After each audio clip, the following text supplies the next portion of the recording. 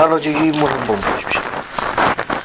이 인물은 1차, 2차, 3차 로마 여행을 지도에다가 행적을 전부 그려놓은 거니까 한눈으로 보기에 굉장히 편해요. 한눈으로 보기에. 그래서 우선 어딜 보는가 하면 맨 앞에 갈라디아의 지방 선교라고 있는데 좌측편에 있는 겁니다. 이거는 바울의 제1차 선교여행을 이야기하는 거예요. 바울의 제1차 선교여행. 그래서 여러분 그 번호를 보면은 거기 두 개의 박스가 있는데 맨 위에 있는 박스 봐요. 좌측편 맨 위에 있는 박스 보면 1번 여기 안디옥이 바로 여기 이야기하는 거예요. 수리아의 안디옥. 여기에서 바울과 바나바는 마가요와 함께 안디옥에 파견을 받았다 이렇게 나와 있는데 그 1차 선교여행은 안디옥에서 실루게르에서 살라미로 가서 바보로 갑니다. 이 살라미에서 마가라는 요한의 수종자로 함께 따라가고 여기 바보에서는 이제 사울이 바울로 불리는데요. 여기요. 그 다음에 이제 쭉 넘어가가지고 3번 보면은 여기 버거라고 있습니다. 여기 밤빌리아의 버거. 밤빌리아의 버거에서 마가라는 요한이 되돌아갑니다. 그 다음에 어디로 가는가 하면 비시디아 안디옥으로 가요. 4번 보면 바울이 유대인과 이방인들에게 전도한다. 유대인들이 질투하여 바울을 배척하며 선동한다. 됐죠? 그 다음에 옆으로 밑에 박스 보세요. 밑에 있는 거. 그래서 비시디아 안디옥에서 어디로 가는가 하면 5번 이고니로 갑니다. 그들은 오랫동안 머문다. 많은 유대인과 이방인들이 신자가 되는데 한 이방인이 그들의 목숨을 빼앗을 음모를 꾸민다.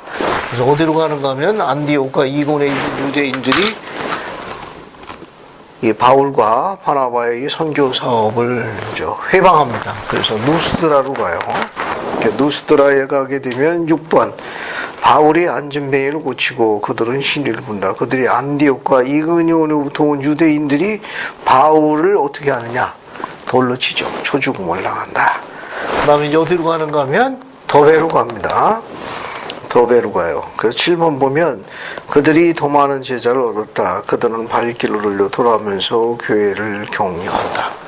그래서 1차 선교여행은 지난번에 공부한 대로 여기 1차 선교여행은 바울하고 바나바가 간 거예요. 그래서 안디옥에서 실루기아, 살라미, 바보. 그래서 밤빌리아의 보가, 안디옥, 비시디아 안디옥입니다. 이고니온, 누스드라, 도베. 여기까지 1차 선교여행입니다. 그래서 돌아올 때는 다시 세운 교회들을 살펴보고 버가에서 아탈리아로 해가지고 여러분 8번 보게 되면 여기 아탈리아에서 어디로 가는가 하면 그들은 하나님께서 주신 모든 일을 안디옥 교회에 보고한다. 그래서 이제 그들이 어디로 가는가 하면 아탈리아에서 안디옥으로 되돌아갑니다. 여기까지가 이제 1차 선교회입니다.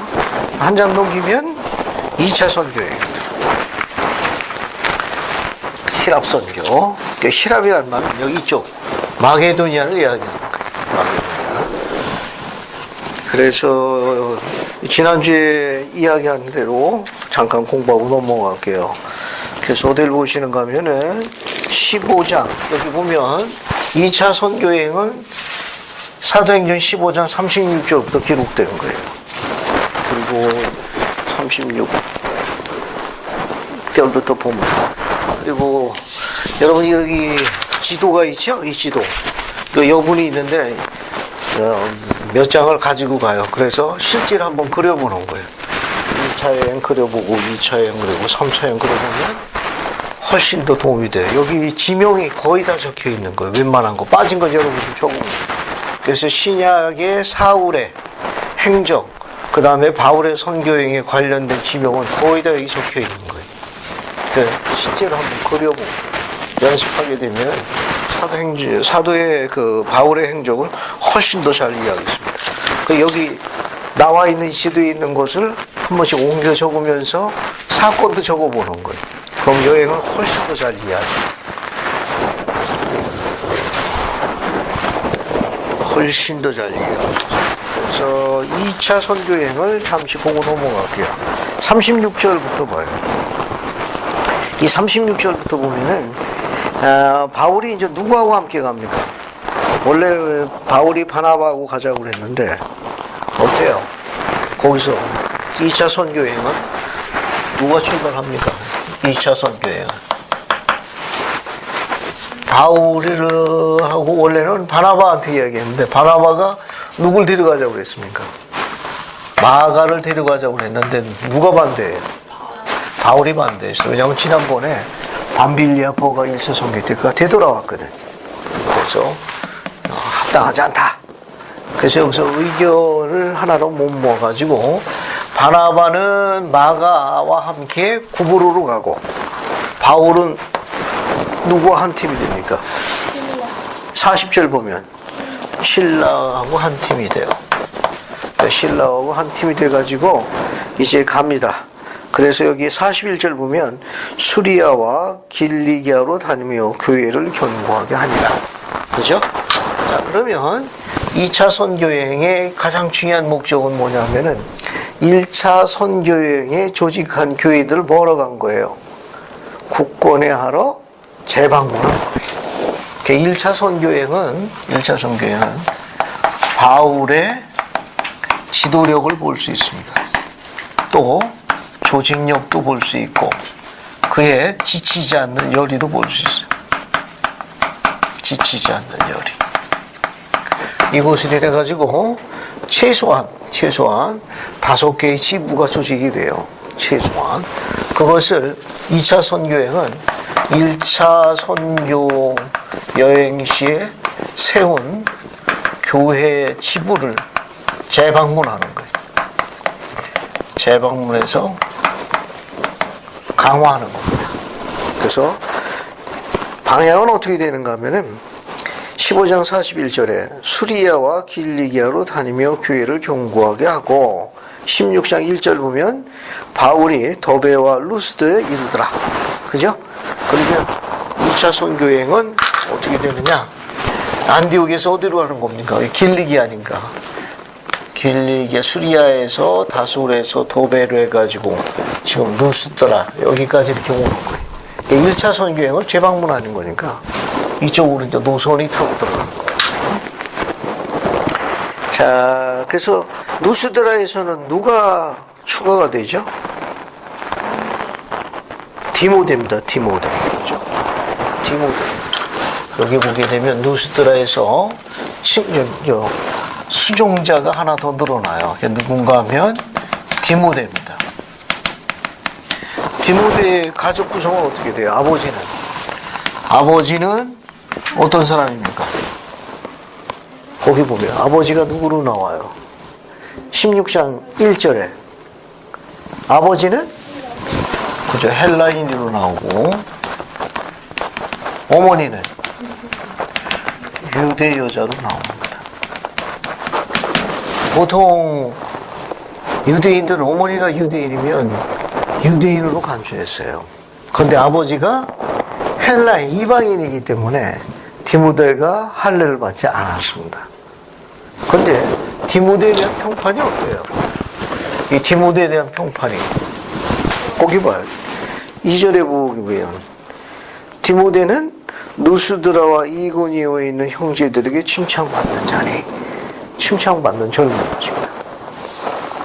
자, 그래서 3절 보면 바울이 그를 데리고 떠나고자 할새 그 지역에 있는 유대인으로 말미암아 그를 데려다가 할례를 행하니 이는 그 사람들이 즉 유대인들이 그의 아버지가 유대인인 줄 알더라.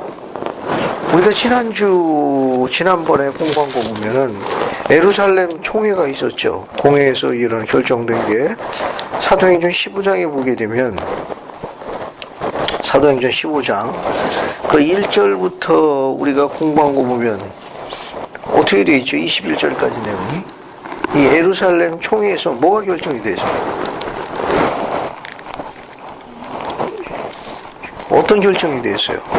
15장 1절부터 21절 사이가 예루살렘 총회인데 이 내용이 뭐죠? 예루살렘 총회 뭐가 결정이 된 거예요? 거기 15장 1절 보게 되면 모세의 법대로 할례를 받지 못하면 구원받지 못한다.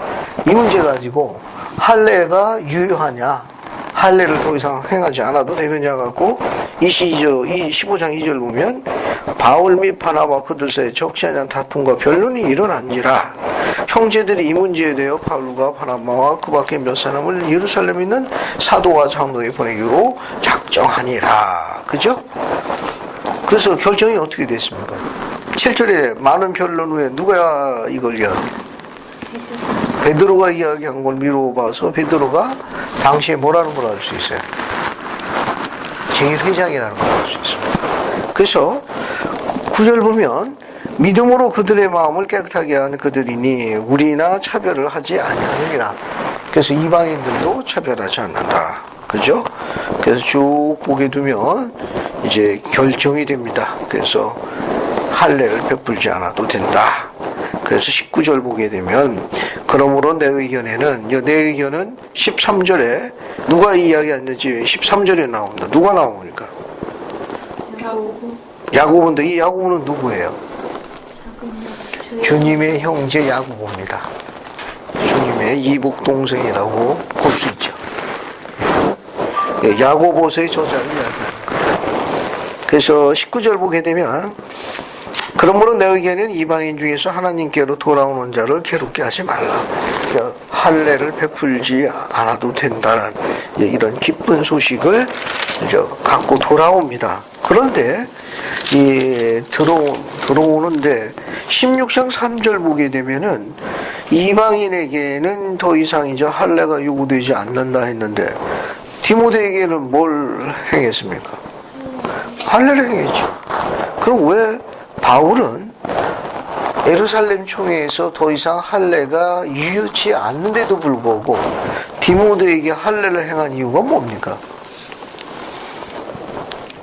왜 디모데에게 할례를 행했을까요? 이미 이제 예루살렘 총회에서 결정이 됐는데. 선교사 나가기 전에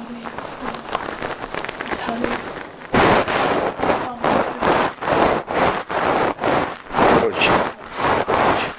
이주명이 총구적인 지금 디모데의 평판이 어땠어요? 누스드라와 이군의 그 온 주변에서 칭찬이 자자한 사람이다. 젊은이라. 그러면 그 주변에 있는 지역에 있는 모든 유대인들이 디모데를 알고 있습니다. 또 어머니는 유대 여자고 아버지가 헬라인이기 때문에 할례를 받지 않은 걸 유대인들이 다 알고 있었어요. 그 유대인들에게 그리스의 복음을 전파하는데 선교 사업에 회방이 되지 않도록 그거 가지고 선교 사업이 장애나 걸림돌이 되지 아니하도록 그런 시비를 사전에 차단하기 위해서 어떻게 했습니까? 할례를 베푼 거예요. 또 할례를 베푼 또 다른 이유 중 하나는 어머니가 유대여자이기 때문에 유대인으로서 당연히 할 의식으로서 그런 접법 절차에 따라서 할례를 주었다고. 유대인이다. 그러니까 유대인들에게 이런 문제가 선교사 발족에 합당하지 않다라는 불필요한 논쟁이나 시비거리를 제공하지 않고 해가지고 바울이 예루살렘 총회에서는 할례가 필요 없다고 이야기했지만 선교 사업에 훨씬 더 큰 대의를 위해 가지고 사소한 지역적인 절차 때문에 그것이 걸림돌이 되는 걸 원하지 않았다는 것으로 볼 수 있습니다. 그래서 16장 3절에 성과나 적어놓으세요. 여기서 디모데가 할례를 받습니다. 할례를 받음. 그래서 여기 고린도전서 9장 20절이라고 하나 적어요. 그래서 고린도전서를 한번 가볼게요. 고린도전서 20장으로 갑시다.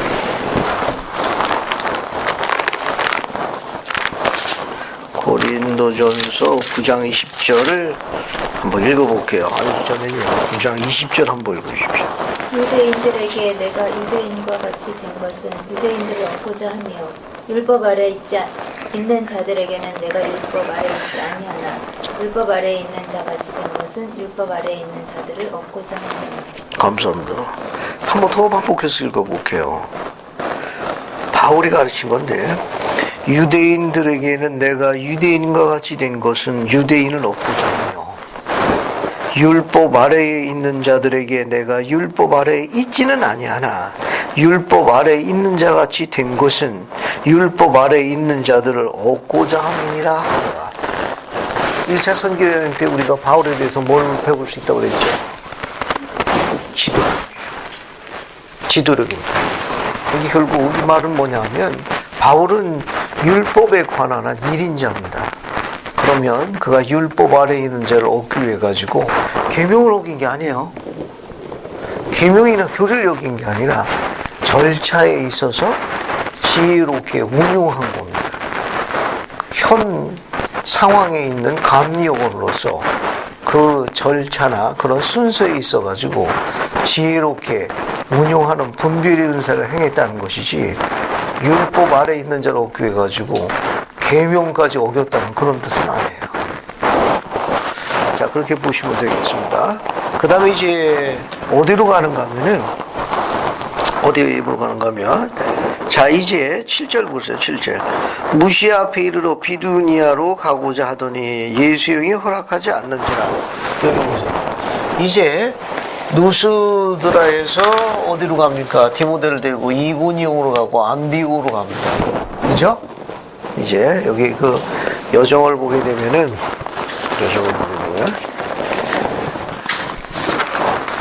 여정을 보게 되면 이제, 그렇죠. 여기 보세요. 칠판 같이 볼게요. 이제 안디옥에서 다소, 도베, 누스드라, 이고니아, 안디옥, 무시아로 해가지고 아시아 쪽, 비두니아 이쪽으로 가려고 그랬어요. 원래는 이쪽으로 이렇게 가려고 그랬는데 주님의 영이 어디로 인도했습니까? 어디로 인도했어요? 여기 보세요. 7절에 보면 무시아 앞에 이르러 비두니아 흑해 쪽으로 가려고 그랬어요. 흑해 쪽으로 가려고 그랬는데 주님의 영이 허락하지 않았습니다. 그래서 어디로 갔어요? 드로아로 갑니다. 원래는 이쪽으로 가려고 그랬지만 주님의 영이 드로아로 인도했어요.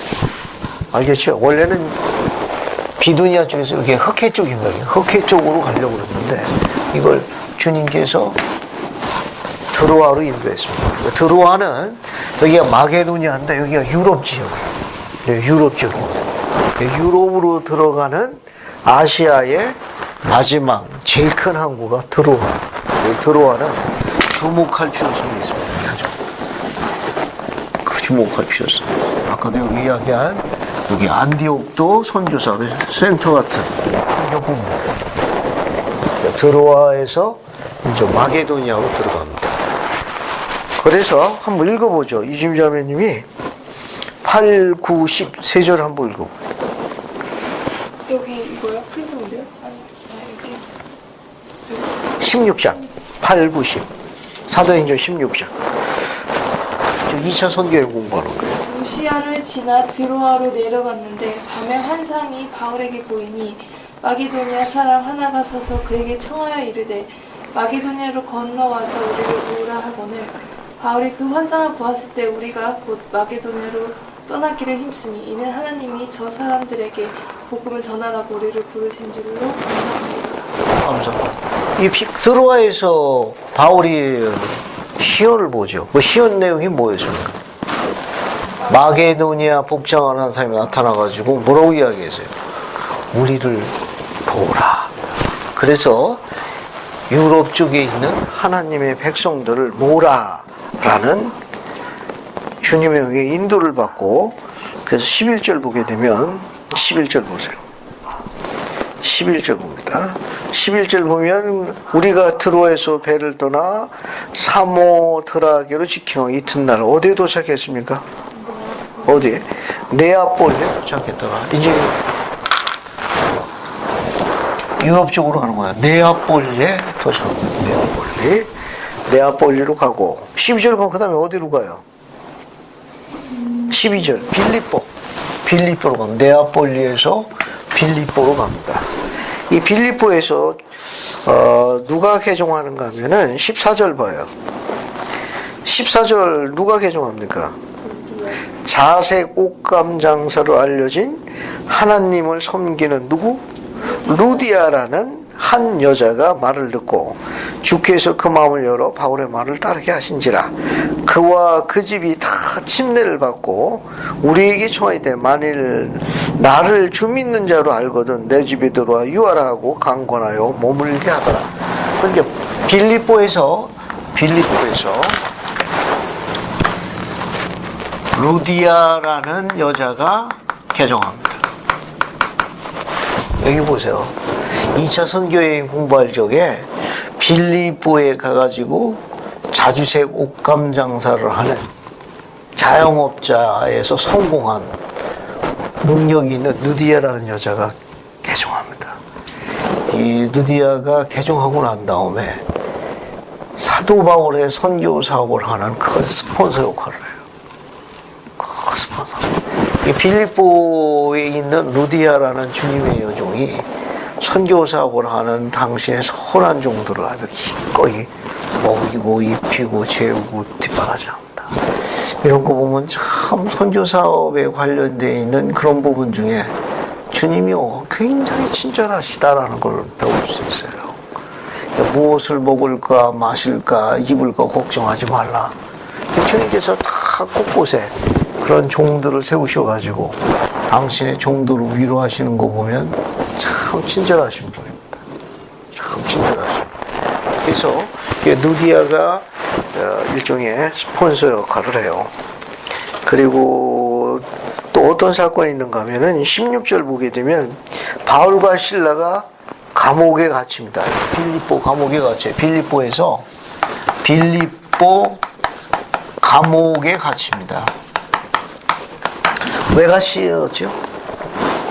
이 바울과 실라가 왜 그 빌립보 감옥에 갇힙니까?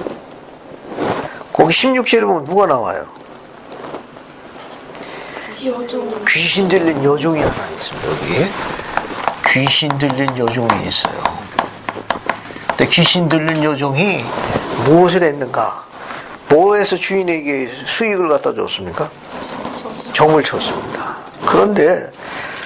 그런데 여기 보게 되면 17, 18절 보게 되면 이 귀신 들린 여종이 바울 보고 하나님의 지극히 높은 종으로서 구원의 길을 너에게 전하는 자라 하고 쫓아다니면서 계속 흥 있는 건 뭐냐 하면은 여기 귀신 들린 여종이 바울과 여기 실라를 지극히 높이 하나님의 종들이라고 알아본 거예요. 그래서 18절 보게 되면 바울이 심히 괴로워하는지라 돌이켜 그 귀신에게 이르기를 예수 그리스도로 내가 내게 명하노니 그에게서 나오라니 귀신이 어떻게 됐습니까? 즉시 나왔어요. 그러니까 우리는 이 가르침으로부터 뭘 배울 수 있는가 하면은 영의 존재에 대해서 공부할 수 있습니다. 그래서 이 귀신 들린 여종이 병고침을 받아요. 병고침을 받습니다. 그죠? 병고침을 받는데 그래서 영의 존재에 대해서 공부하고 있습니다. 그러니까 영의 존재에서 공부하고 있어요. 그래서 영의 존재는 어떻게 나눠집니까? 첫 번째, 우리 자신의 영이 있는 거. 우리 자신의 영이 있는 거고. 또 지상에 또 뭐가 존재합니까? 하나님의 영. 영적 존재의 세 가지 종류를 이야기해요. 다른 하나는 악마예요. 세 가지가 존재하는 거예요. 그러니까 우리 자신의 영이 있고 하나님의 영이 존재하고 악마의 영이 존재하고 이 귀신들 여정이 악마의 영이 어때요? 나왔으니까 들어가고 실존 존재라는 걸 나타내는 거예요. 이런 거 보면 재미있어요. 이렇게 성경책 쭉 공부하게 되면 귀신도 등급이 있다. 귀신도 이렇게 A급, B급, C급 있다. 이 귀신이 나오니까 점을 붙였습니다. 그래가지고 이 주인이 화가 나가지고 영업을 방해한 거죠. 그래서 고발을 합니다. 고발해가지고 이제 감옥에 갇히게 돼요. 감옥에 갇히는데 거기 보게 되면 23절 보면 어떻게 됩니까? 20절 끝에 보게 되면 그들이 옷을 찢어 벗기고 매로 치라 하여 많이 친히 옥에 가두었더라. 간수에게 뭐예요? 든든히 지키라. 이 선교행 공부하다 보면 사도 바울 또 신라 어떻습니까?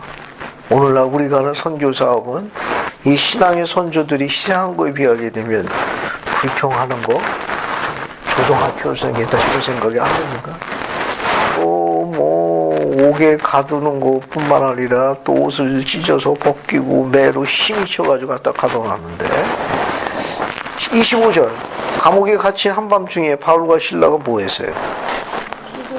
기도하고 하나님을 찬송하며 죄수들이 듣더라. 26절 어떤 일이 일어났습니까? 갑자기 큰 지진이 일어났죠. 그래서 옥토가 움직이고 문이 다 열리며 모든 사람의 것이 다 벗어진저라. 간수가 자다가 깨어 옥문이 열린 것을 보고 죄수들이 도망한 줄 알고 칼을 빼어 자결하라 하더라. 큰 지진 때문에 옥문이 열리고 그 사슬, 그 묶어놨던 그 사슬로도 다 풀렸어요. 그래서 간수가 옥문이 열린 걸 보고 다 도망하는 줄 알고 자결하려고 그러죠. 왜 간수는 자결하려고 했습니까? 왜 죄수들이 도망한 걸 알고, 도망한 건 줄 알고, 그렇게 생각해가지고, 칼을 빼가지고 자결하려고 했어요. 당시 로마의 군법이 그렇게 되어 있답니다. 간수는 죄수가 도망가게 되면 그 책임을 물어가지고, 그 간수를 죽였단 말이에요. 그래서 이제 군법을 알고 있으니까, 죄수들이 도망했으니까 그 책임 때문에 자결하려고 했던 거죠. 근데 바울이 뭐라고 그랬습니까? 바울이 도망갔나요? 안 그렇죠. 그죠? 바울이 크게 소리 질러. 해서 이거 한번 읽어볼게요. 28절부터 33절까지 한번 쭉 앉아면서 한번 읽어보세요. 바울이 크게 소리 질러 이르되 내 물을 상하지 말라. 우리가 다 여기 있노라 하니 간수가 등불을 달라고 하며 뛰어들어가 무서워 떨며 바울과 신라 앞에 엎드리니 그들을 데리고 나가 이르되 선생들이여 내가 어떻게 하여야 구원을 받으리이까 하거늘 이르되 주 예수를 믿으라. 그리하면 너와 내 집이 구원을 받으리라고 하고 주의 말씀을 그 사람과 그 집에 있는 모든 사람에게 전하더라. 그 밤에 그 시각에 간수가 그들을 데려다가 그 맞은 자리를 씻어주고 자기와 그 온 가족이 다 침례를 받으라. 감사합니다. 여러분 그 사도행전 16장 31절 낯익은 기절이죠. 주 예수를 믿으라. 그리하면 너와 내 집이 구원을 받으리라 하더라. 아주 사랑받는 문장 중 하나인데 실제로 이게 약속이 들어있는 말씀이에요. 즉 예수 그리스도를 믿는 신앙으로 말미암아 나와 나의 집이 구원을 받는다는 약속이 들어있습니다. 그래서 이 문장도 적용이 되는데 결국 귀신 들리는 여종이 있고 또 그 다음에 빌립보 감옥에 갇히고 귀신 들리는 여종을 고침을 인해 가지고 갇혀서 간수가 어떻게 됩니까? 간수가 또 개종하는 거예요. 그러니까 빌립보에서는 사건이 크게 세 가지가 있다는 거. 느디아라는 여자가 개종하고 귀신 들리는 여종이 병고침을 받고 빌립보 감옥의 간수가 개종하는 거예요. 크게 세 가지 사건이 있는 데가 제2차 선교여행의 어디다? 빌립보라는 빌립보. 그 정도 보시면 되겠습니다. 빌립보. 그 다음에 이제 어딜 보시는가 하면은 40절 봐요. 40절 봅시다. 40절 보면 두 사람이 옥에서 나와 누구 집으로 갑니까? 루디아의 집에 들어가 형제를 만나보고 위로하고 그러니까 루디아라는 여자가 참 정성을 다해가지고 주님의 종도를 이렇게 보살피는 게 기록을 우리가 살펴볼 수 있습니다. 그러니까 자, 그 다음에 이제 17장으로 넘어가고, 이제 빌립보에서 어디로 가는가 하면은 17장 1절 보면은 어디가 나옵니까, 이제? 암비볼리로 갔다가, 그 다음에 어디로 가요? 아볼로니아로 갑니다. 그 다음에 어디로 가죠? 데살로니가로 갑니다. 데살로니가. 예, 데살로니가로 간다. 데살로니가에서도 그리스도를 증거합니다. 증거하는데 여기서도 이제 또 회방을 놓는 자들이 있어요. 그래서 10절 보게 되면 10절 보면 밤에 형제들이 바울과 실라를 어디로 보냅니까? 데살로니가에서 어디로 보내요? 베레아로 보냅니다. 베레아로 보내요. 그래서 베레아에 있는 사람들이 또 바울을 통해 가지고 또 말씀을 배웁니다. 그래서 13절 보면은 데살로니가에 있는 유대인들은 바울이 하나님의 말씀을 베레아에서 전도하는 줄 알고 거기 가서 물을 움직이고 소동케 하고, 그러니까 데살로니가에서도 환영을 못 받았어요.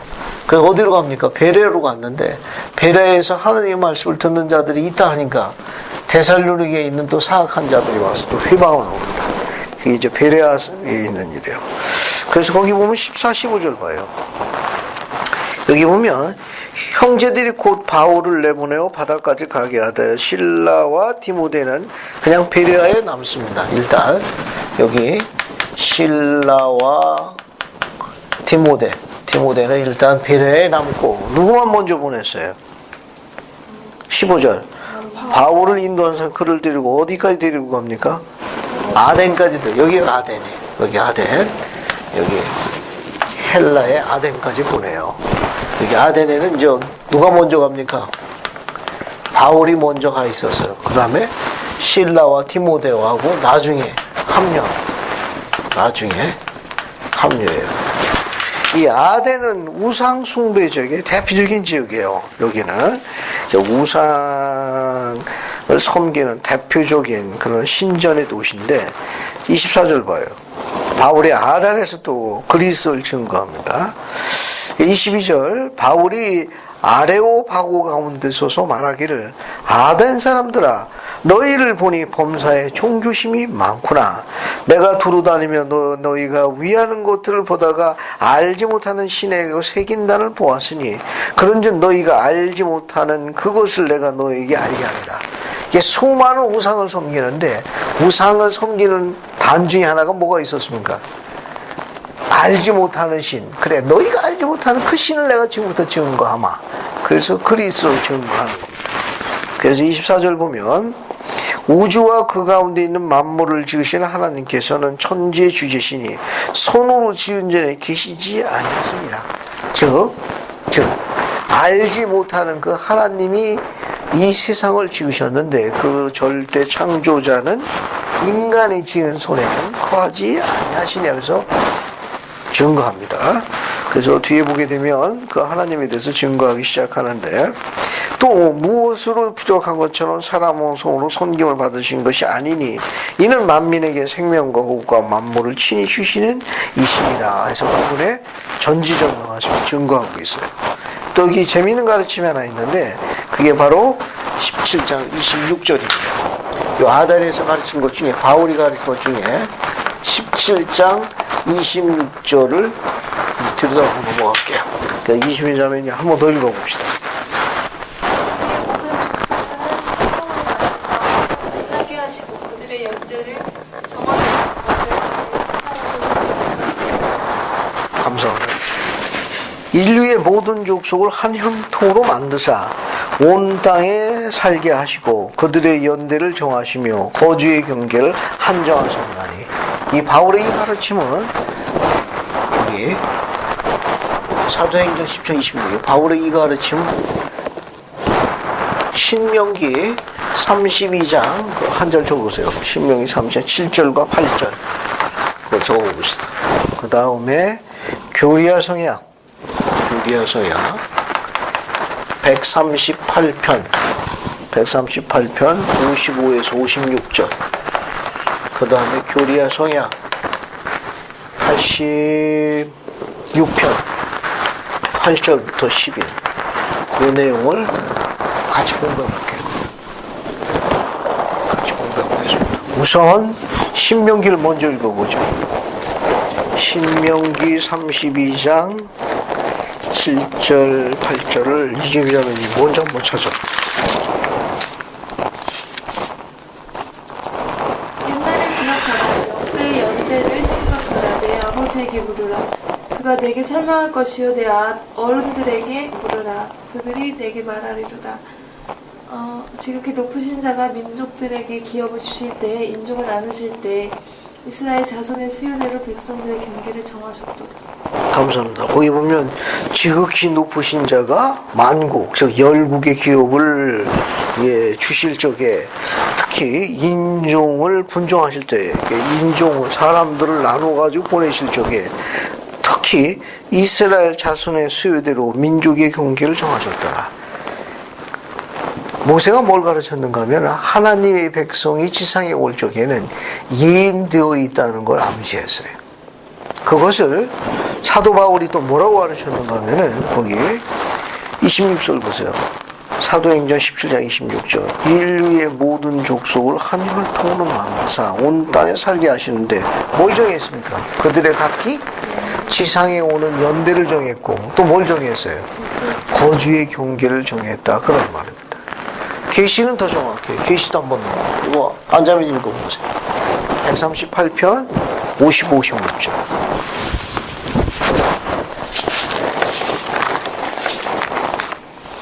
내가 봄에 그들도 또한 하나님의 교회 안에서 다스리는 자가 되고 태초에 택함을 받은 고귀하고 위대한 자들 가운데 있더라.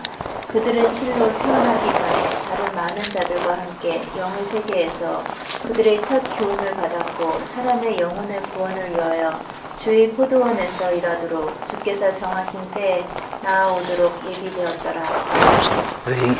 출생의 교리이지만 예임의 교리도 돼요. 여기 55절과 56절 보게 되면 계시록 138편 55, 56절에 내가 봄에 그들도 또한 하나님의 교회 안에서 다스리는 자가 되도록 태초에 택함을 받은 고귀하며 위대한 자 가운데 있더라.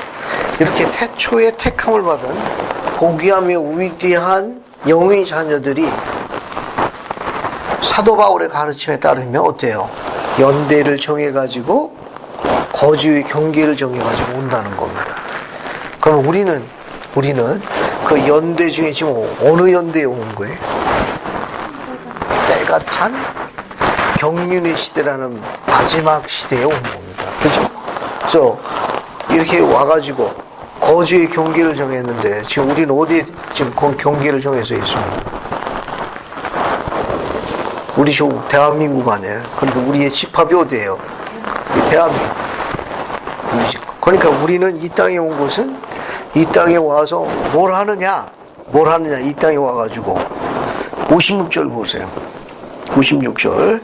실로 그들은 태어나기 전 다른 많은 자들과 함께 영의 세계에서 그들의 첫 교훈을 받았고 뒤에 사람의 영혼의 구원을 위하여 주의 포도원에서 일하도록 주께서 정하신 때에 나아오도록 예임되었더라. 예임입니다. 예임. 그래서 사람의 무엇을 구해가지고 영혼의 구원을 해가지고 어디에서 일하도록? 주의 포도원에서 일하도록. 언제? 주님께서 정하신 때에 나오도록 예비되었더라. 예임되었더라. 그래서 우리는 그런 예임된 출생의 교리에 따라 왔다는 걸 바울이 아단에서 가르친 거예요. 아단에서. 또 하나 재밌는 거 하나 또 봅시다. 교리학생 86편 봐요.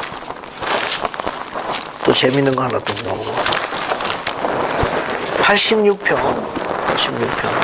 8절부터 11절까지 한번 읽어볼게요. 그래서 이 내용도 한번 읽어봅시다. 그래서 8절 9절을 안자매님이 읽고 10절 11절은 이심희 자매님이 읽고 한번 보세요. 또 재밌는 게 있습니다. 그러므로 이같이 주가 너희에게 이르노니 신권은 너희 조상들의 혈통을 통하여 너희와 함께 계속되어 왔노니 이는 너희가 육체를 따라서 합법적인 상속자여 하나님 안에 그리스도와 함께 세상에서 감수하여 왔습니다. 그러나 너희 생명과 신권은 존속되었고 이 세상이 시작되었고 모두 거룩한 천사의 인수밖에 안 한다. 만물이 회복될 때까지 너희와 너희 혈통을 통하여 반드시 존속되어야만 하느니라. 그러므로 만일 너희가 나의 선함에 거하여 이방인을 위한 빛이 되고 이 신권을 통하여 나의 백성 이스라엘을 위한 구원자가 되면 너에게 복이 있도다. 주가 이를 말하였느니라. 아멘. 감사합니다. 이런 거기 보면 8절에 그러므로 이같이 주가 너에게 이르노니 신권은 너희 조상들의 혈통을 통하여 너희와 함께 해속되어 왔나니 신권이 어떻게 계속되어 왔다고 되어 있죠? 너희 조상들의 혈통이에요. 혈통. 출생과 관련이 있습니다. 왜냐하면 9절 첫 줄에 너희가 육체를 따라 합법주세요. 육체를 따라라고 되어 있죠. 육체를 따라 합법적인 상속자 이렇게 되어 있으니까 인간의 자녀가 지상에 올 수 있도록 하나님께서 제정하신 제도가 뭐죠? 결혼입니다. 육체를 따라서 결혼과 관련이 있어요. 근데 결혼하게 되면 아버지와 어머니가 있어야 되잖아요. 그죠? 그 아버지가 어떤 아버지라는 겁니까? 8절에 신권을 지닌 아버지라는 걸 암시하는 거예요. 그럼 어머니는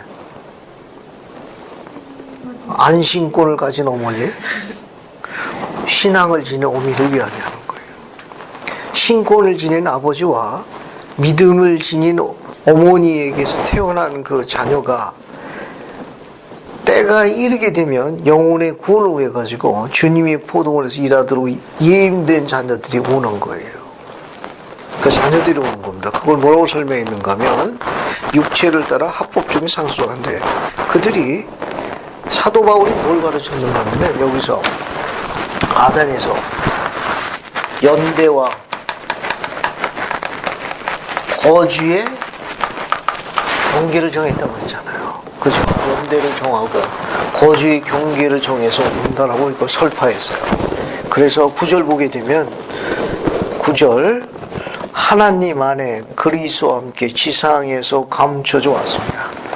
즉 하나님 계획 안에서 그리스도와 함께 세상에 감춰온 자들이 바로 오늘날 우리들의 자녀들을 암시하는 거예요. 이 자녀들이 이제 지상에 오는 겁니다. 지상에 와가지고 어떻게 되는가 하면은 10절 밑에서부터 세 번째를 보세요. 거기 보면 거룩한 모든 손자 입으로 말한 바 만물이 회복될 때까지 너희와 너희 혈통을 통하여 반드시 존속되어야만 합니다. 만물이 회복될 때까지라는 뭐냐면 하늘의 뜻과 땅의 뜻이 하나가 되는 거예요. 만왕의 왕 그리스도께서 지상을 다스려 오도록 예비되어져 있는 그런 모든 선지자의 가르침과 그 부분이 만물이 회복될 때까지, 그러니까 하늘의 뜻과 땅에서 이루어진 뜻이 온전히 하나로 되는 때는 언제냐? 바로 우리 구주 예수 그리스도께서 만왕의 왕으로 오시는 게 그때예요. 복천이 도래하는 겁니다. 그때까지 뭐 하는 겁니까? 너희와 너희 혈통을 반드시 존속되는 자들이 뭐 해야 돼요? 재림을 어떻게 해야 돼요? 그런 자, 부름받은 예임된 자들이 준비해야 합니다. 그런 자들이 세상에서 감춰져 있다가 이 마지막 때가 찬 경륜의 시대에 오기 시작하는 거예요. 그 11절, 그러므로 너희가 만일 나의 선함에 관하여, 즉 성약과 의식에 관해서 생활하게 되면 뭐가 되는 겁니까? 이방인의 빛이 된다고 그랬으니까 이방인의 빛은 무슨 사업을 상징하죠? 선교 사업. 그런 자녀들이 선교 사업을 하는 거예요. 이 신권을 통하여 나의 백성 이스라엘 구원자가 될 것이니라. 그러면 이스라엘 구원자는 어떤 사업을 이야기합니까? 그렇죠. 신권에 의해서 이루어지는 의식과 성약인 성전 사업을 이야기하는 거예요. 그렇죠? 그러니까 이런 걸 우리가 공부하게 되면은 이 왕국에서 가르치고 있는 것이 결코 우연이 아니라는 거예요. 이 바울의 가르침도 거기에 적용해 볼 수 있습니다. 이걸 어디서 가르쳤느냐? 아덴에서 가르친 거예요. 그 말은 뭐냐면 너희들이 섬기는 우상신은 그럴 힘이 없느니라, 그럴 능력이 없느니라. 너희들 단중에 unknown, 알지 못하는 그 신, 바로 그 신이 바로 우리 하나님과 아들 그분들이시다. 그러니까 그분들의 계획에 따라 가지고 이제 지구와 이루어지는 하나님의 뜻에 대해서 설파한 내용이 사도행전 17장 26절의 가르침입니다. 됐습니까? 자, 그 다음에 어디로 넘어가는가 하면은 이제 고린도로 넘어갑니다. 그래서 하나 주목할 점이 있는데 이 사도행전에 나온 이 가르침이 교례서 138편 55중절 되면은 때가 이르게 되면 주님의 포도원에 정하여 이렇게 하나님께서 정하신 때에 주님이 포도원에서 인간의 영혼의 복에서 지상에 오게 될 거라고 그랬죠. 그 자녀들이 오기 위해서 누가 필요해요? 신권을 지닌 아버지가 필요합니다. 그 다음에 신앙을 지닌 어머니가 필요해요. 여기서 그 자녀들이 오는 겁니다. 와가지고 어떻게 돼요? 그들이 이방인의 빛이 되는 거예요. 또 이스라엘의 구원자가 되는 겁니다. 이스라엘 구원자가 돼요. 그래서 여기서 태어나는 이 자녀들이 있습니다. 우리 집이 넷이니까 넷으로 그래요. 이 자녀들에게 보이드 패커,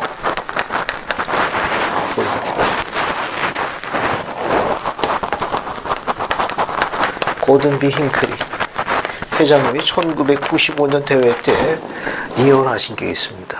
이제 지금까지 있는 수많은 경륜이시들 중에 주님의 말씀을 어린 나이에 일찍 하는 세대가 자라나기 시작했습니다. 예언한 게 1995년. 주님의 말씀을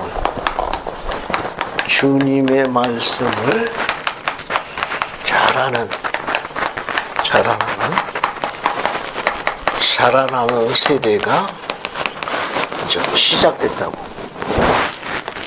시작됐음을 선언하신 분이 바로 고든비 힌클리 회장님. 언제? 1995년에 공식적으로 대대를 받았습니다. 주님의 말씀을 잘하는 더 라이징 제너레이션 잘하는 청소년과 젊은이들이 이제 지상에서 가득 차게 될 때가 시작됐다고 예언하신 게 1995년이에요. 우리나라는 또 어떻습니까? 선교사 연령층이 더 낮아져가지고 더 용감하고 이번 5월호 교회 소식난 보니까 어때요? 꽉 찼죠. 장로가 몇 명으로 되어 있습니까? 장로가 2명 빼고 나머지는 다 자매도고 이게 성취돼. 전부 자매들은 그냥 꽉 도배를 했더구만. 장로들은 이제 한 2명만 꽉 꼬막있고 전부 그냥 하나님의 딸로 다 도배를 했어요. 이게 성취되는 거예요. 그러니까 경전을 잘하는 자녀들이 지상에 오기 시작했어요. 경전을 잘하는. 자, 그 다음에 또 이제 어디로 가는가 하면 고린도로 갑니다. 18장 1절 봐요. 18장 1절 보면은 아덴에서 18장 1절 보면 고린도로 갑니다. 고린도로 가요. 고린도에 이르러입니다. 그래서 어딜 보시는가 하면 3절 보면은 사도 바울의 직업이 나와요. 뭐가 나옵니까? 텐트 메이커. 생업이 같음으로 함께 살며 일을 하니 그의 생업은 천막을 만드는 것이다. 그러니까 자신이 벌어가지고 또 그걸 팔고 그 수익으로다가 선교 사업을 한 거예요. 이게 고생이 얼마나 많았습니까? 안 할 것도 없죠, 이거는. 자, 그 다음에 이제 쭉 보게 되면, 이제 그러고 5절 보면은 예수는 그리스도라고 계속해서 증거하고 다닙니다. 그런데 이제 고린도에 있는 이 백성들이 사악했어요. 거절합니다. 그래서 6절 보면, 저들이 대적하여 비방하거늘, 그러자 사울이 어떻게 했습니까? 6절 보면, 18장 6절에. 바울이 옷을 털면서 이르기를 너희 피가 너희 머리로 돌아갈 것이요 나는 깨끗하니라 이후에 내가 이방인의 칼이라 하더라. 옷을 털은 채. 옷을 털은 행위가 뭡니까? 거기다 밑줄 치고 성과 하나 적어요. 옷을 털었습니다. 고린도에서 여기 있는 백성들이 말을 안 듣고 대적하니까 옷을 흔들었어요. 털었다는 말이나 흔들었다 같은 표현이에요. 리파이 후서 9장 44절이라고 하나 적어봅시다. 리파이 후서 9장 44절. 그래서 한번 읽어볼게요. 읽어보겠습니다. 리파이 후서 9장 44절. 44절. 한번 보세요. 찾았습니까? 거기 앞에만 봐요, 앞에만. 니파이 후서 9장 44절 두 번째 줄에 뭐가 나옵니까? 보라, 내가 내 옷을 벗어 너희들 앞에 흔드노라. 이건 뭐냐면 전통적인 이스라엘의 관습이라고 그래요. 그렇게 최선을 다해가지고 자기 직분을 충실히 수행했지만 그것을 따르지 않을 적에는 나는 주 앞에 합당하니라. 여기서 오는 모든 형벌과 정죄는 너희들 보고 치라 해가지고 뭐 하는 겁니까? 그래서 상징으로 옷을 털어서 복은 4개로 형벌은 4개로 털어버려요. 이스라엘의 관습이라고 그래요. 어때요? 모임하다가 말 안 듣고 자꾸 그런 거 못 벗어가지고 털어버려요. 흔들어. 이게 이스라엘 관습이었다고 그럽니다. 그 다음에 이제 바울이 이제 다시 옮기려고 했는데 이제 11절 한번 보세요. 11절. 그것도 재미있습니다. 그래서 안자민이 한 번 더 읽어보세요. 11절. 밤에 주께서 환상 가운데 바울에게 말씀하시되 두려워하지 말며 침묵하지 말고 말하라. 내가 너와 함께 있으니 어떤 사람도 너를 대적하여 세력치 할 자가 없을 것이니 이는 이승 중에 내 자신을 아느니라 하시더라. 1년 6개월을 머물러 그들 가운데서 하나님의 말씀을 가르칩니다. 감사합니다. 어때요? 고린도를 떠나려고 했는데 11절 보면 뭐라고 되어 있습니까? 바울에게 또 시연이 임하죠. 그 내용은 뭐죠? 고린도에 내 백성이 많이 있으니까 두려워하지 말고 증거하거라. 그래서 이 고린도에 있는 사악한 자들에게 이제 떠나야 되겠다 했더니 고린도에도 누가 있었습니까? 아직은 하나님의 백성이, 내 백성이 많으니 걱정하지 말고 두려워하지 말고 증거하거라. 그래서 얼마나 머물렀습니까? 1년 6개월을 머물러서 고린도에도 뭐가 생겨요? 교회가 생겨요. 말 엄청 안 듣죠, 이제. 그래서 고린도에도 이게 생깁니다. 이거는. 그 다음에 이제 귀한 여정으로 가죠. 18절 보세요. 18장 18절. 거기 보게 되면은 어디로 가는가 하면은 바울이 여러 날 머물다가 형들과 자고 배를 타고 수리아로 떠나고자 할세 부루스 길라와 아골라도 함께 있더라. 바울이 일찍이 소원이 있었으면 어디로 갑니까? 이제 귀환하기 위해서 갱그레아로 갑니다. 이 갱그레아에서 뭐 했어요? 거기 보면은 18절 거기서 머리를 깎았습니다. 그래서 머리를 깎은 이유가 뭐라고 그랬죠? 왜 바울이 머리를 깎았다고 그럽니까? 그렇죠. 여러 가지 뜻 중에 뭐가 있을 수가 있지만 하나님의 믿음에 대한 자신의 각오를 새롭게 하고 또 앞으로 임하게 될 더 큰 시련과 환난에 대해서 뭘 이야기하는 겁니까? 이제 주님의 도움을 요청하는 그런 간구함이라고 볼 수 있습니다. 그러니까 이게 새로운 각오를 가지고 또 앞으로 다가올 환난과 난관을 극복할 수 있도록 주님의 도움을 요청하는 장면이에요. 그래서 믿음을 새롭게 하고 앞으로 다가올 환난과 시련을 극복할 수 있도록 주님께서 도와주십사라는 그런 간절함의 요청을 뭘로 했느냐? 머리를 깎은 거예요. 보통 이제 운동선수라든지 뭐 큰 시험을 두고 있는 젊은이들이나 그런 분들 보면 어때요? 각오를 하기 위해서 머리 깎잖아요. 그죠? 믿음에 대한 새로운 각오. 또 바울이 그 예감으로, 영감으로 앞으로 올 더 큰 환난과 큰 고난이 있을 것을 이제 예감한 겁니다. 그것을 능히 감당할 수 있도록 주께서 살펴주시기를 소원합니다. 자, 그래서 이제 어디로 가는가 하면은 21절 보세요. 21절 보면 작별하여, 그죠? 작별하여. 만일 하나님의 뜻이 있으면 너에게 돌아오려 하더라. 나중에 또 돕니다. 제 3차 여행이 또 계획되죠. 배를 타고 어디로 가요? 배를 타고 여기서 갱그레에서 어디로 갑니까? 에베소로 간 거예요. 에베소로 갔어요. 이제 에베소 난립지역 이름이 에베소. 에베소로 갔고 에베소에서도 또 그리스도에 대한 변론을 합니다. 21절 배를 타고 에베소를 떠나 어디로 갑니까? 가이사르로 가요. 여기서 에베소에서 배를 타고 어디로 가느냐? 가이사라로 가요. 귀환하는 거예요. 가이사로 갑니다. 가이사라의 상륙하에 올라가 교회 안보를 물어요. 어디로 갑니까? 여기 안디옥으로 가더라. 여기까지가 제2차 선교 여행이에요. 자, 이제 3차로 갑시다. 3차는 23절에 이제 묘사되어 있어요. 3차 사도행전 18장 20절부터 계속 또 이어지는 거예요. 자, 거기 보면 얼마 있다가 좀 쉬었다가 갈라디아와 부르기아 땅을 차려낸 모든 제자를 굳건히 하니라. 또 3차 여행을 또 떠납니다.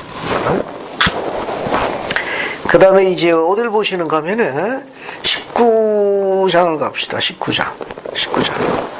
이제 제 3차 선교여행. 여기 보세요. 이제 2차 선교여행에서 안디옥으로 잠시 머물러서 어느 정도 여기서 안정을 취한 다음에 지금 19장은 바울이 어디에 갔다고 돼 있어요? 아볼로가 고린도에 있을 때 바울이 위치방을 하뇨 에베소에 와서 어떤 제자들을 만나니 이거 어디로 갔습니까 바울이? 에베소가 여기 보세요. 에베소가 여기 아니에요. 3차 전도 여행에 에베소 그죠? 그러면 이건 뭘 설명하는 거냐면 여기 보세요. 안디옥에서 다시 2차 선교의 지형을 전부 두루 다니면서 뭐 한 겁니까? 굳건히 한 다음에 어디로 간 거예요? 에베소로 간 거예요. 이게 제 3차 이게 3차 여기 3차 선교여행은 다시 2차 선교여행 지역을 다 굳건히 하고 이제 에베소에 왔을 적에 중요한 가르침을 하나 남겼습니다. 그거 한번 읽어볼게요. 1절부터 7절까지 내용. 여기 에베소에서 3차 전도 선교여행 시에 1절부터 7절까지 한번 읽어볼게요. 여기 어떤 가르침을 한번 찾아볼게요. 한번 읽어봅시다. 그래서 1절부터 3절까지 20년 읽고 안자매님은 4, 5, 6, 7절 한번 읽어봐요. 한번 들어보세요. 아브라함 그리스도에 있을 때 지방으로 다녀 에베소에 와서 그 제자들을 만나는데 너희가 부를 때에 성령을 받았는데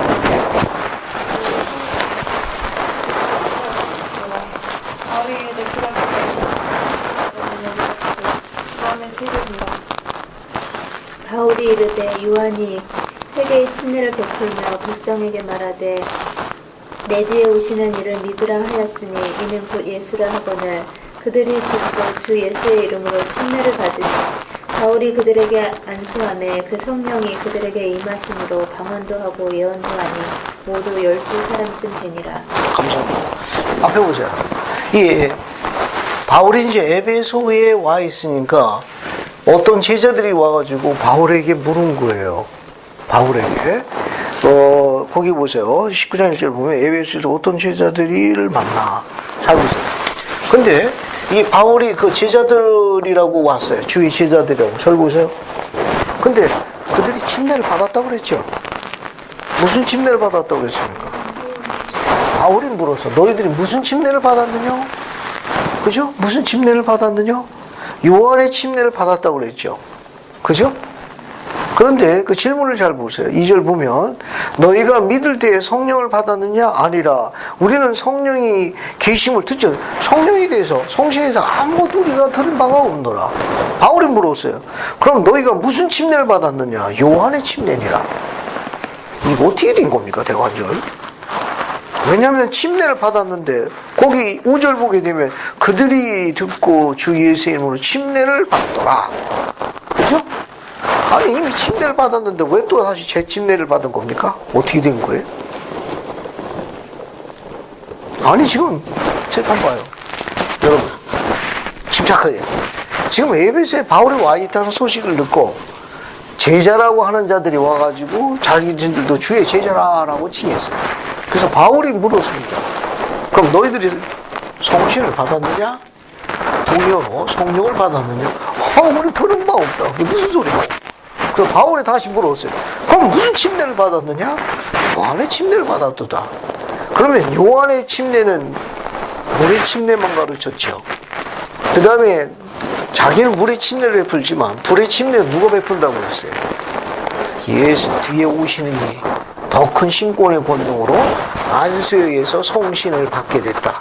성신의 은사를 받게 안수례를 의해서 성신을 받게 된다는 걸 가르쳤을 텐데 너희들이 만약에 침례를 받았다고 하지만 그런 성신에 관계되는 가르침을 받았습니다. 그런 걸 전혀 가르침을 받지 않았다면 합당한 권능을 지니고 있는 자에서 받은 게 아니라 거짓 의식을 받은 거예요. 그래서 바울이 그들에게 너희들이 받은 침례는 거짓 신권 소유자에 의해서 합당하지 않은 의식을 받았으므로 주 앞에 아무런 효력이 없다. 그래서 다시 새롭게 침례를 받길 그들이 소망하고 그러면 우리가 성신을 받게 되라. 우리에게 침례를 보내서 침례를 베풀고 거기 뒤에 나와 있는 대로 거기 6절에 거기 5절 6절 그들이 듣고 주 예수의 이름으로 침례를 받고 바울이 그들에게 안수함에 성령이 그들 힘으로 방언도 하고 예언도 하네. 모두 몇 사람쯤 되더라? 12사람쯤 되더라. 이해했죠? 이 교리적으로 복음의 첫째 되는 원료의식에 대한 가르침을 악이 모방한 거예요.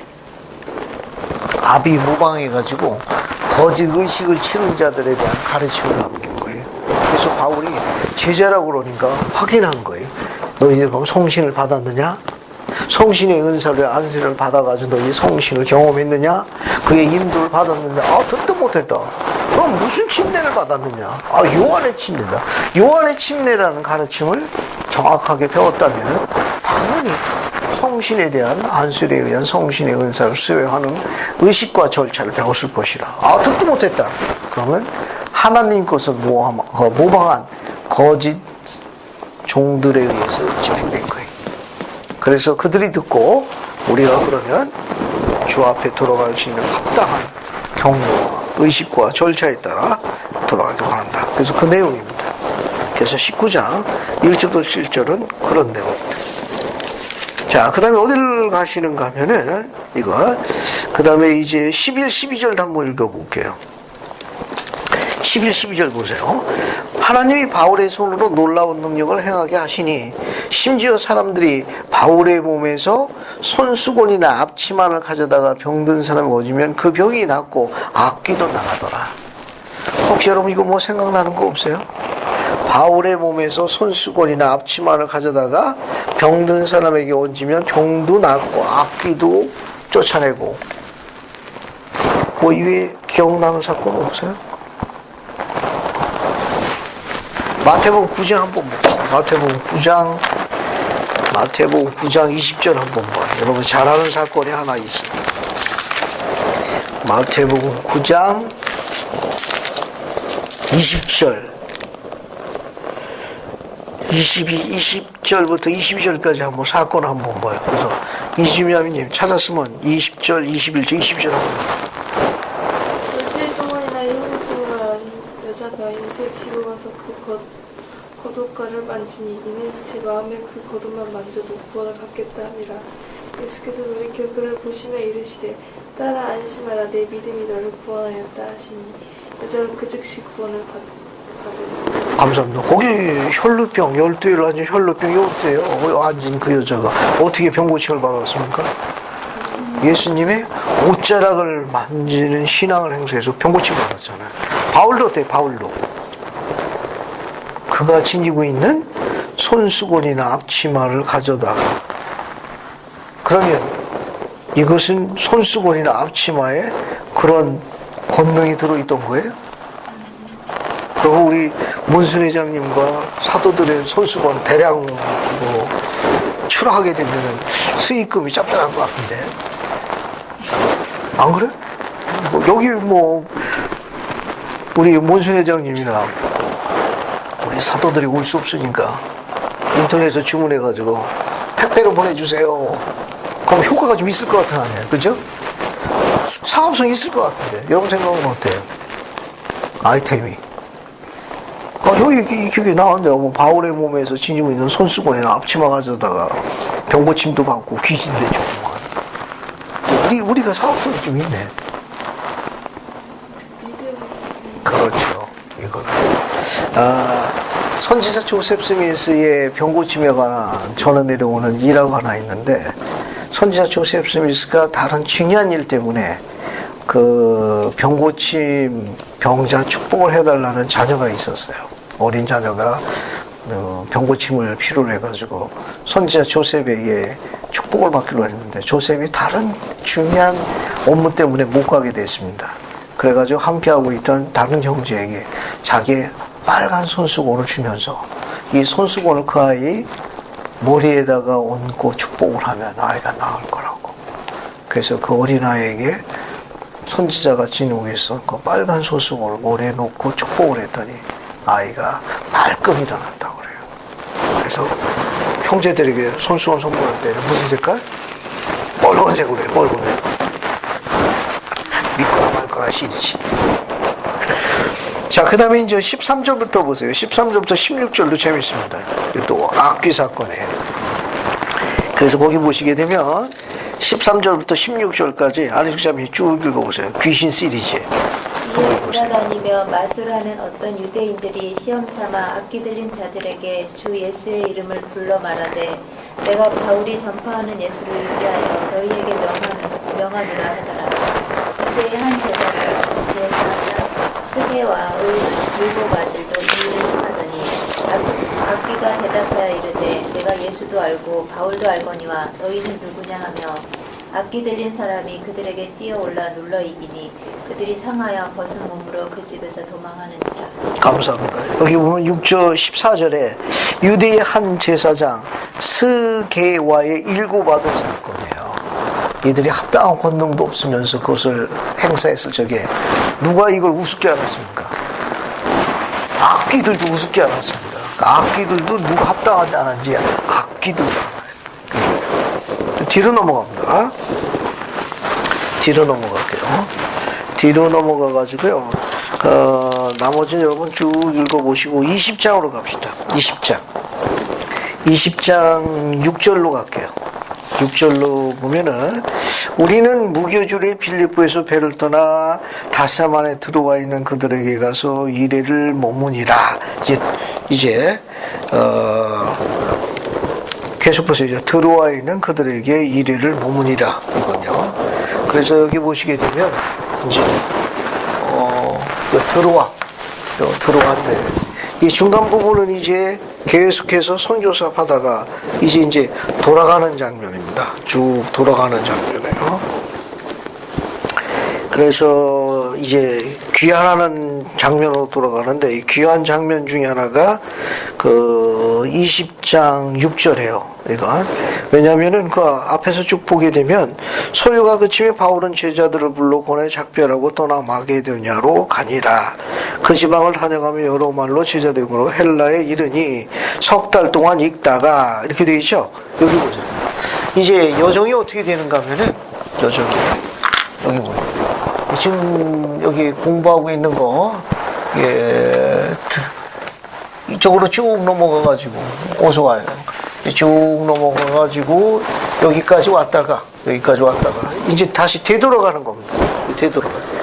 베레아로 갔다가 빌립보로 갔다가 빌립보에서 드로아로 가는 거예요. 귀한 여정이, 귀한 시즌이. 그 내용이 그 20장 그 앞부분에 쭉 묘사되어 있는 거예요. 이거는. 그래서 6절 보게 되면 빌립보까지 온 거예요. 여기서 이렇게 계속 이 지역으로 쭉 아덴에서 고린도까지 갔다가 고린도에서 베레아로 해서 어디로 가느냐? 빌립보로 간 거예요. 빌립보에서 귀환합니다. 어디로 가느냐? 다시 드로아로 가세요. 귀한 여정. 다시 드로아로 가요. 자, 그 다음에 어딜 보시는가 하면은 귀한 여정에 이제 드로아로 갑니다. 드로아로 가는 거예요. 드로아로 가요. 그래서 여기 앞에서부터 쭉 다시 보죠. 그러니까 안디옥에서 2차 선교의 지형을 쭉 다니다가 에베소로 가고 에베소에서 어디로 가느냐? 드로아로 갔다가 들어와서 다시 이쪽으로 다 한 바퀴 다 돌아갑니다. 여기까지 2차 선교지역으로 다 한 바퀴 돌아요. 그래서 고린도에서 아가야를 거쳐서 베레아로 갔다가 어디로 가느냐? 빌립보로 가는 거예요. 귀환 여정이에요. 그 다음에 다시 드로아로 가는 겁니다. 귀환할 때 드로아에 갔던 사건이 지금 20장 6절 사건이에요. 20장 6절. 3차 선교여행의 귀환 여정이에요. 드로아에서 어떤 사건이 있나 한번 볼게요. 같이 봐요. 그 주간의 첫날에, 그 주간이라는 건 뭐냐면은 그 주일날의 첫째 날 이러니까 오늘날 일요일날을 이야기합니다. 그러니까 유대인의 안식일은 토요일날이었어요. 토요일날, 그게 안식 후 첫날이라는 뜻이에요. 그 주간이라는 건 이건 안식 후 첫날이니까 오늘날로 이해하면 일요일날이. 여기 그 주간의 첫날 때 주간이라는 건 유대인의 안식일인 토요일을 이야기합니다. 토요일의 첫날에, 그러니까 토요일 다음은 일요일날에, 오늘날 일요일날이 해당돼요. 그래서 그 주간의 첫날에 직역하면 안식 후 첫날에 그런 말이에요. 유대인의 안식일은 토요일인데 토요일 그 다음 날에 뭐 했느냐? 우리가 떡을 떼려 뭐 했더라. 그러니까 떡을 뗀다는 건 무슨 의식이죠? 성찬이니까 이날 뭐 했다는 거예요. 사도 바울과 함께한 주의 제자들이 드로아에 이제 사도 바울이 도착한 거예요. 그래서 거기서 그 주간의 첫째 날이라는 건 바로 유대인의 안식일 다음 날이니까 오늘날 뭐가 되느냐? 일요일 날 모여가지고 좀 떡을 뗐다고 그랬으니까 떡은 성찬이에요. 그러니까 이날 뭘 본 거예요? 안식일 예배를 본 거예요. 안식일 예배. 그러니까 초기 사도 시절에 안식일이 뭘로 바뀐 거예요? 오늘날 일요일로 전환됐다는 걸 나타내는 거예요. 그러니까 예수님이 속죄하시고 부활하시고 난 다음에 부활하신 그날이 주의 날이 그날로 안식일로 바뀐 거예요. 그러니까 돌아가신 게 금요일 날 아니에요. 금, 토, 일. 오늘날 일요일 날 부활하신 거 아니에요. 그죠? 그러니까 부활하신 그날이 주의 날입니다. 로드스데이. 그날 예배로 바뀐 거예요. 언제? 사도 시절에 바뀐 거예요. 그러니까 그동안의 안식일은 유대인의 안식은 토요일이었는데 예수께서 속죄하신 이후로 부활 이후에는 안식일이 변경됐다는 거. 어디로 변경되느냐? 안식 후 첫날, 오늘날 일요일날로 바뀐 건 경전의 사도행전 22장 6절 안식 후 첫날 떡을 떼었더라. 그날 안식일 예배를 본 거예요. 그날 안식일 예배를. 되십니까? 그날 그래서 바울의 제3차 선교의 20장 7절에 보면 그 주간의 첫날에라는 건 유대인의 안식일 토요일 다음 날 그날이 바로 토요일, 일요일, 오늘날 일요일이에요. 일요일에 떡을 때려 함께 모였더니 이 말은 성찬을 취했다니까 그날 오늘날 일요일에 해당되는 날 초기 사도들은 안식일을 그날 지켰다는 걸 시사하는 강력한 경전의 표현이에요. 그래서 바울이 이튿날 떠나고자 하여 그들에게 강론할세 말을 밤중까지 계속하며 어때요? 이제 가면 언제 오나 하는 심정으로 이제 말씀이 어땠습니까? 길었던 거예요.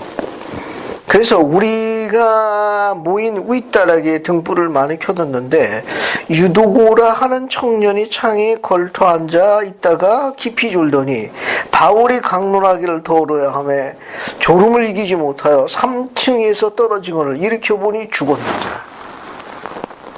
모임이 길었어요. 모임이 길어가지고 3층 창에 걸쳐 3층에 창문 턱에 걸쳐있던 유도고라는 청년이 어떻습니까? 말씀이 너무 길어가지고 졸다가 어떻게 되냐? 3층에서 떨어진 거예요. 떨어졌죠? 어떻게 했습니까? 죽었어요. 사도 바울이 얼마나 미안했겠습니까? 민망스럽고 그 모임 중에 모임하다가 젊은이가 떨어졌습니다.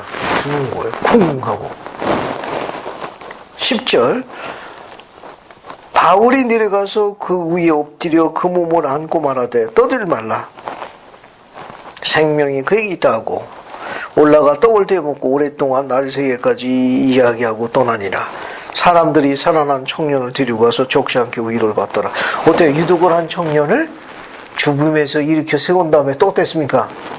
모임이 끝난 게 아니라 또 후속 모임을 하고 그러고 떠나더라. 우리 바울 사도에 대해서 경외심을 갖지 않습니까? 모임이 길었어. 모임이 길어가지고 젊은이가 모임이 길면 깊이 졸더니 그러다가 3층 창문에서 떨어져가지고 바울이 그를 죽음에서 돌이켰습니다. 그러고 나서 바울은 모임을 또 계속하고 그러고 떠납니다. 흠이죠. 그러니까 말씀을 듣다 죽으면 복이 있는 거예요. 이게 그 유명한 3차 전도 중에 그 유도고라는 여기 유도고라는 청년 이야기입니다. 그 재미있어요. 이게 귀한 전쟁입니다. 3차 전쟁에 드로아라는 데서 유도고라는 청년이 바울이 너무 모임을 오래 해가지고 그냥 졸다가 떨어져 죽었는데 바울이 엄청 민망했을 거예요. 그를 죽음에서 일으켜 세워 함께한 성도들이 큰 일을 얻고 또 모임을 계속해서 진행하더라. 그러고 퇴청하십니다. 이제 귀환하는 거예요. 그래서 바울이 이제 귀환하는 겁니다. 어디로 가는가 하면 여기 드로아 밑이 아소예요. 드로아 밭이 아소. 여기가 아소라고 했어요. 여기 아소입니다. 그래서 거기 계속 보세요. 14절에 드로아에서 아소로 해가지고 어디로 갑니까? 이게 섬이에요. 미둘렌의 섬으로 갑니다. 그 다음에 15절 기오로 가요. 그 다음에 15절 어디로 갑니까? 사모. 그 다음에 밀레도로 갑니다. 밀레도. 그래서 또 17절 보면은 여기 밀레도에서 또 노래 모임을 또 합니다. 여기서 또 다시 모임을 해요. 그래서 17절 보면 바울이 밀레도에서 사람을 에베소로 보내요. 교회 장로들. 이게 밀레도는 에베소 바로 밑에 있어요. 바로 밑에 있습니다. 그래서 이제 바울이 거기서 노변의 모임에서 또 말씀을 가르칩니다. 한번 쭉 보세요. 19절부터 24절까지 진몰모 형제는 쭉 읽어봐요. 여기 밀레도에서 파이어사이드를 합니다. 그때 하신 증거가 19절부터 24절까지 쭉 읽어봐요. 모든 겸손과 눈물이며 유대인의 관계로 말미암아 당한 시험을 참고 주를 섬긴 것과 유익한 것은 무엇이든지 공중 앞에서나 각 집에서나 꺼리낌 없이 여러분에게 전하여 가르치고 유대인과 헬라인들에게 하나님께 대한 회개와 우리 주 예수 그리스도께 대한 믿음을 증언하는 것이라. 보라, 이제 나는 성령에 매여 예루살렘으로 가는데 거기서 무슨 일을 당할지 알지 못하노라. 오직 성령이 각 성에서 내게 증언하여 결박과 환난이 나를 기다린다 하시나 내가 달려갈 길과 주 예수께 받은 사명 곧 하나님의 은혜의 복음을 증언하는 일을 마치려 하면은 나의 생명조차 조금 더 귀한 것으로 여기지 아니한다. 바울의 신앙과 그의 소명의식에 대해서, 즉 사명의식에 대해서 계속 이야기하고 있는 겁니다. 그 다음에 이제 바울이 또 뭘 가르쳤는가 하면 뒤에 보세요. 29, 30, 31절 보세요. 봤습니까? 내가 떠난 후에는 건 바울이 순교한 후에 그런 말이에요. 내가 떠난 후에, 내가 순교한 후에 사나운 일이가 여러분에게 들어올 때 사나운 일이는 교회를 멸망시키려고 하는 사악한 무리들을 총칭한 표현이에요. 교회를 대적하거나 교회를 멸망시키려 하는 사악한 자들을 총칭한 표현입니다. 들어와서 그 양떼는 교회의 운을 상징하는 거예요. 내가 순교한 후에 교회를 멸망시키고 교회를 대적하는 사악한 무리들이 교회의 운을 해방할지니 그런 말입니다. 또한 여러분 중에 제자들을 끌어내어 자기를 따르게 하려고 어그러진 말, 이 어그러진 말은 거짓 교리를 이야기하는 거예요.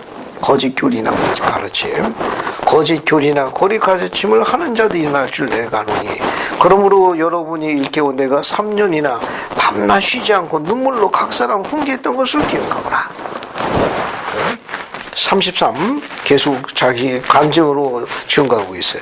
내가 아무의 은이나 금이나 의복을 탐하지 아니하였고 여러분이 아는 바와 같이 이 손으로 나와 내 동행하는 것을 충당하여 범사에 여러분에게 모본을 보여준 바와 같이 수고하여 약한 사람을 돕고 거기 밑줄 치세요. 30절 거기 이게 다른 경전에 안 나오는 경전이에요. 주의 가르침입니다. 또 주 예수께서 친히 말씀하신 바 뭐라고 되어 있어요? 주는 것이 받는 것보다 복이 있다 하심을 기억해야 할지니라. 여기 이 가르침이 주는 것이 받는 것보다 복이 있다. 이게 사도행전 20장 35절에서 인용되는 거예요. 됐죠? 이 말을 하여 무릎 꿇고 모든 사람과 함께 기도하니 다 크게 울며 바울의 목을 안고 입 맞추더라. 다시 그 얼굴을 보지 못하는 말로 인하여 말미암아 더욱 근심하고 배까지 그를 전송하더라. 왜? 노마 여행은 선교 여행입니다. 이제 이후로 다시는 못 봐요. 이게 마지막 여행입니다. 바울은 그런 영감을 갖고 있습니다. 그래서 밀레도에서 마지막 모임을 하고 나는데 어디로 갑니까? 21장 1절 어디로 가요? 거기 보면 그들을 작별하고 배를 타고 고스로 가죠. 고스에서 어디로 갑니까? 로도로 갑니다. 로도에서 바다라로 가요. 바다라. 요 바다라에서 배를 타고, 자 2절 보면 거기 보세요. 배를 타고 어디로 가냐? 구부로를 바라보고 어디에 갑니까? 이제 여기서 배를 타고 구부로를 바라보고 두로에 도착합니다. 이게 귀한 여정이에요. 구로에 도착합니다. 이거. 그래서 7절 보면 두로를 떠나가지고 여기가 둘레마이예요. 둘레마이로 이렇게 돌아서 가이사라로 갑니다. 8절에 보면 가이사라로 가죠. 자, 가이사라로 갑니다. 가이사라로 갔는데 거기 8절 보세요. 이튿날 떠나 가이사라로 가는데 7 집사 중 하나인 전도자 빌립의 집에 뭐라? 사마리아에서 선교 사업한 빌립 기억하죠? 빌립입니다. 요 7 집사 중에 하나예요. 빌립의 집에 들어가는데 그에게 딸이 넷이 있어 처녀로 예언하는 자가 있더라. 여러 날 머물러 있는데 유대로부터 누가 왔는가 하면은 아가보라는 선지자가 내려옵니다. 우리에게 와서 바울의 띠를 가져다가 자기 수족을 잡으며 말하기를 성령이 말씀하시되 예루살렘에서 유대인들이 이 띠임자를 결박하여 이방인에게 넘겨지려 하더라. 근데 이 띠임자는 누굴 이야기하죠? 사도 바울이라고. 결박한다는 걸 유대인들이 포로를 잡아가지고 이방에서 누구한테 넘겨준다는 겁니까? 로마인들에게 넘겨주어서 죽이겠다는 걸 이야기합니다. 그 다음 쭉 보세요. 우리가 그 말을 듣고 그곳 사람들과도 바울에게 예루살렘으로 올라가지 말라고 하니 바울이 대답하되 여러분이 어찌하여 울어 내 마음을 상하게 하느냐? 나는 주 예수로 하여 결박을 당할 뿐 아니라 즉 예루살렘에서 죽을 것도 각오한다. 핍박도 내가 두려워하지 아니하고 필요하다면 주를 위해 내가 기꺼이 목숨을 바칠 것이라. 14절 그가 고난을 받지 아니하므로 우리가 주의 뜻이 이루어지라고 그치노라. 15절 여러 나루의 여장을 꾸려 어디로 갑니까? 드디어 가이사랴에서 어디로 가요? 예루살렘으로 갑니다. 이게 3차 여행이 끝난 거예요. 다음 주는 뭘 공부하는가 하면은 마지막 순교 여행자 로마 여행을 공부하게 될 거예요. 됐죠? 자, 그래서 2일차, 2차, 3차 다 공부했고, 그 다음에 이제 여러분 오늘 나눠줄 유인물 두 번째 장 봐요. 두 번째 장. 이 두 번째 장 보면은 이번 제2차 선교 여행이에요. 이 두 번째 장. 그 다음에 이제 한 장 더 넘겨봐요. 한 장 더 넘겨보십시오. 이거는 바울의 3차 전도 여행을 전부 다 각 지역별로다가 묘사해 놓은 내용이에요. 이거는요. 그 다음에 이제 한 장 더 넘겨보십시오. 한 장 더 넘겨보세요. 한 장 더 넘겨보시면 이거 정정해야 되거든요. 둘레마이 지금 잘못 정정. 둘레마이가 이쪽으로 가요. 두루 바로 밑에 둘레마이. 이거 정정하게. 그래서 두루에서 여기 예루살렘에 예루살렘에 그래서 두루에서 둘레마이로에서 가이사랴에서 이쪽으로 정정할게요. 여기 지도가 잘못 예루살렘. 그 다음에 이제 다음 주에는 뒤에 꼭 공부할 거예요. 내가 가이사랴에 오스나. 이거는 이제 로마로 하는 여정입니다. 부분까지 쭉 한번 같이 지도를 한번 보고 오세요. 다음 주에는 로마 여행을 마치고 나면 로마서 앞부분을 들어갈 겁니다. 그래서 오늘 나눠줄 인물은 다음 주도 사용하니까 다음 주도 보십시오. 그래서 바울의 1차, 2차, 3차 연대 마치고 다음 주에는 로마 여행, 그 다음에 로마서 앞부분을 다루도록 하죠. 예수 그리스도 아멘.